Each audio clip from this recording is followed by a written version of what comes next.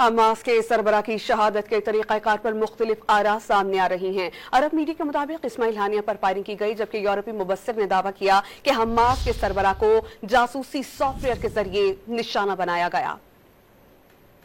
Hamas کے سربراہ اسماعیل ہانیہ کو جاسوسی سافٹ ویئر کے ذریعے نشانہ بنایا گیا۔ یورپی مبصر برائے مشرقی وسطی ایلیا جے میگنر نے کہا ہے کہ اسماعیل ہانیہ کو نشانہ بنانے کے لیے اسرائیل کا جاسوسی سافٹ ویئر استعمال کیا گیا۔ ایک بیان میں یورپی مبصر نے دعویٰ کیا کہ اسرائیل نے اسماعیل ہانیہ کے واٹس ایپ پیغام میں جدید ترین اسپائی ویئر لگائے۔ اسپائی سافٹ ویئر نے اسرائیلی انٹیلیجنس کو اسماعیل ہانیہ کی لوکیشن بتائی۔ ایلیا جے میگنر کا کہنا تھا کہ اسماعیل ہانیہ کو اپنے بیٹے کے ساتھ ہونے والی کال کے بعد قتل کیا گیا۔ کال کے دوران اسماعیل ہانیہ کے مقام کی نشاندہی کی گئی۔ اسماعیل ہانیہ ایران کے صدر مسعود پزشکیان کی تقریب حلفبرداری میں شرکت کے لیے تہران میں تھے۔ ایرانی صدر کی تقریب حلفبرداری کے موقع پر تہران میں غیر معمولی سیکورٹی انتظامات کیے گئے۔ اسماعیل ہانیہ پر حملے کا خطرہ شدید تر تھا، اس لیے ان کی سیکورٹی کے حوالے سے بھی غیر معمولی اقدامات کیے گئے تھے۔